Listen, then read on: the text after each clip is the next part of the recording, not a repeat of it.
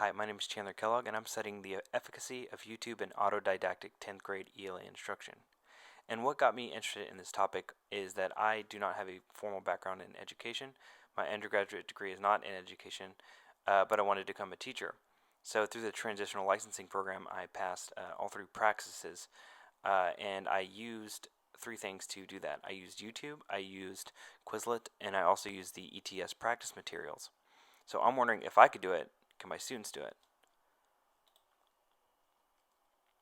So the problem I'm seeing is that the future economy will be highly automated and technologically driven.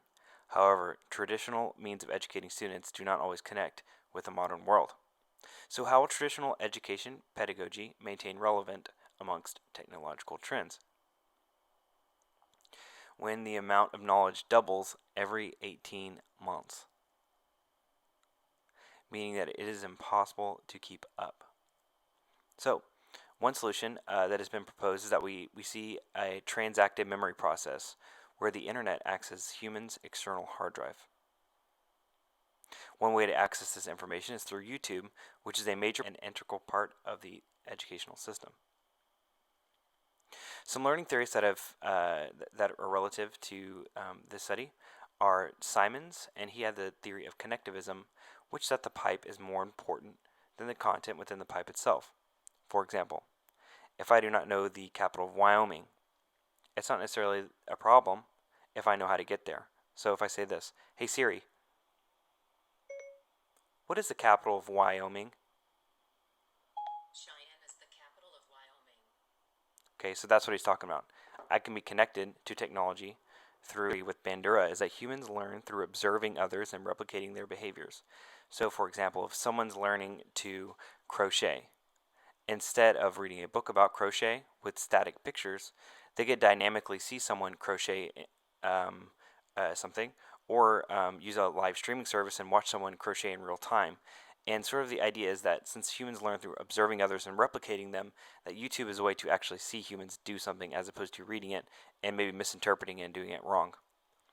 The discovery learning theory by Bruner in 77 states that humans learn best by discovering knowledge for themselves and finding out for themselves. So this goes with the autodidactic piece of this experiment. On YouTube, there are over 1 billion users. 1/3 of the internet uses it. 300 hours of video are posted every minute, and 95% of the world can access YouTube in their native language, and it actually has 76 different languages that it can translate to. So if you were to do a search on Google Trends, you would see that since Google's inception in 2005, it has steadily increased and maintained high interest since around 2011 or 10. And Prinsky, he sort of prophesized this sort of concept in his article, Digital Natives, Digital Immigrants, which is a seminal study on technology and education, and ever since then there's been a skyrocketing interest in this topic.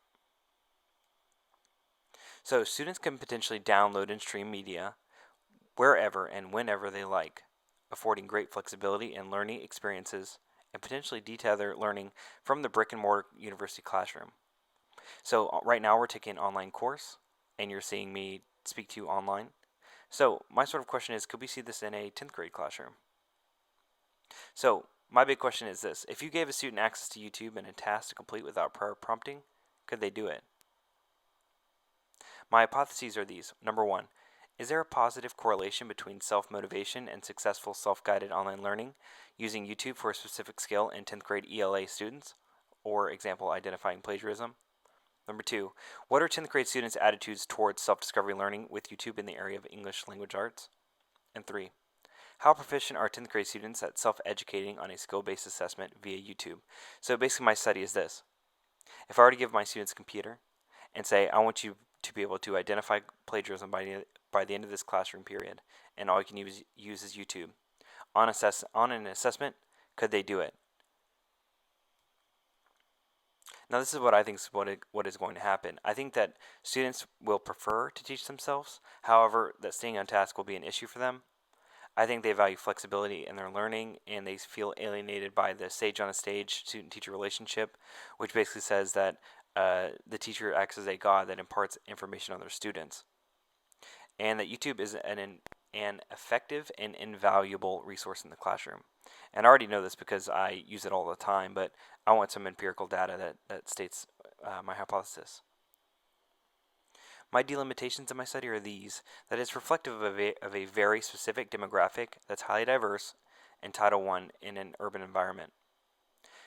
Many of my students don't have technology at home or prohibitive technology at home, and my students haven't learned to be autodidacts in a formal setting. So these all may be issues.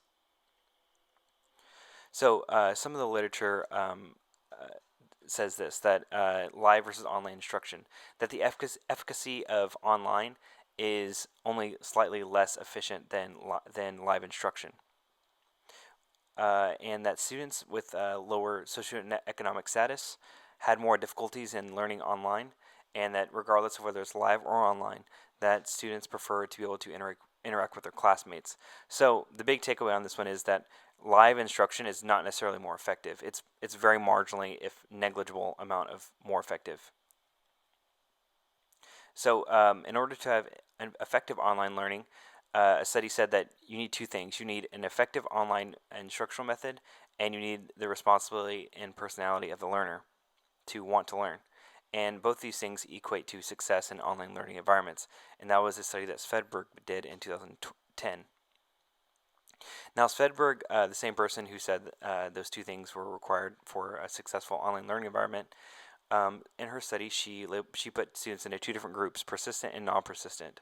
And she thought that the persistent group would certainly score higher than the non-persistent group. And she was wrong. The non-persistent group actually scored higher, ironically. And so she begged for researchers to study this more.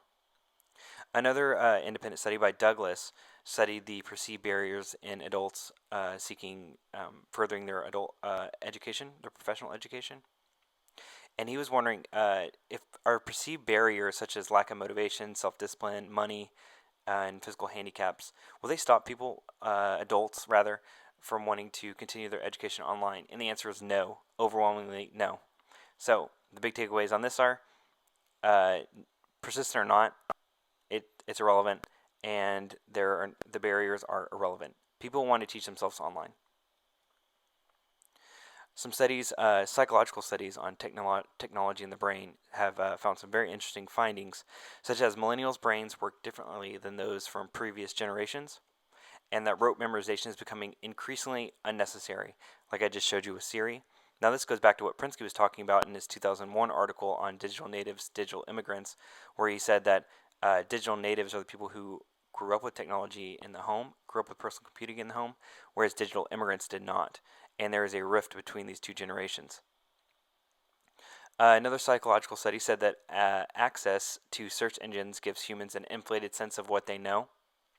So if they asked their participants, how does Zipper work without a search engine, and the participants were like, I don't know. But when they gave them a computer and they gave them Google and they said, how does Zipper work?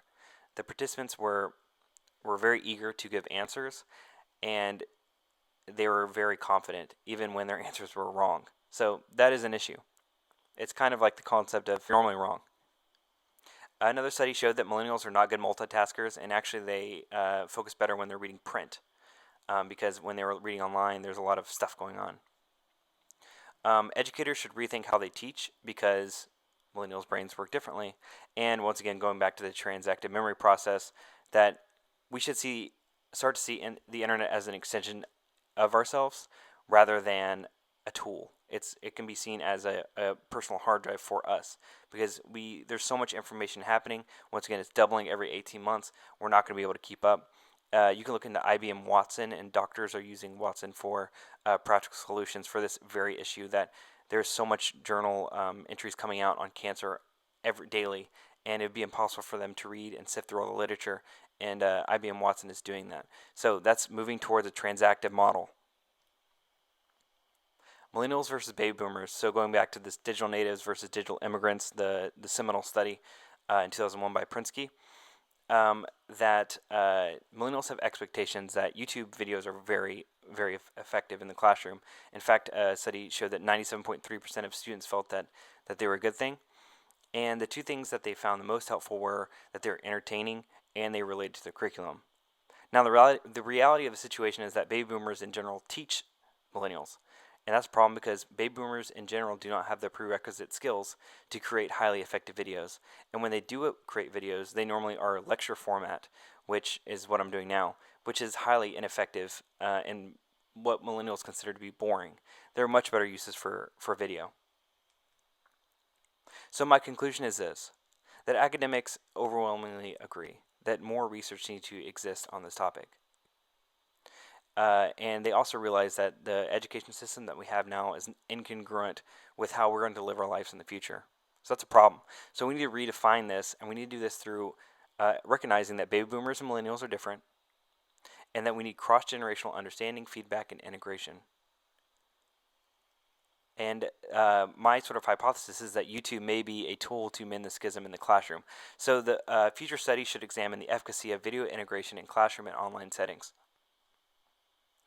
Implications for future research. So research should attempt to redirect their studies on YouTube for real-world applications rather than isolated controlled settings, because in controlled classroom settings, YouTube may prove to be highly effective because there are less distractions, but in everyday situations where students are interacting with technology and teaching themselves, there's a lot of distractions going on.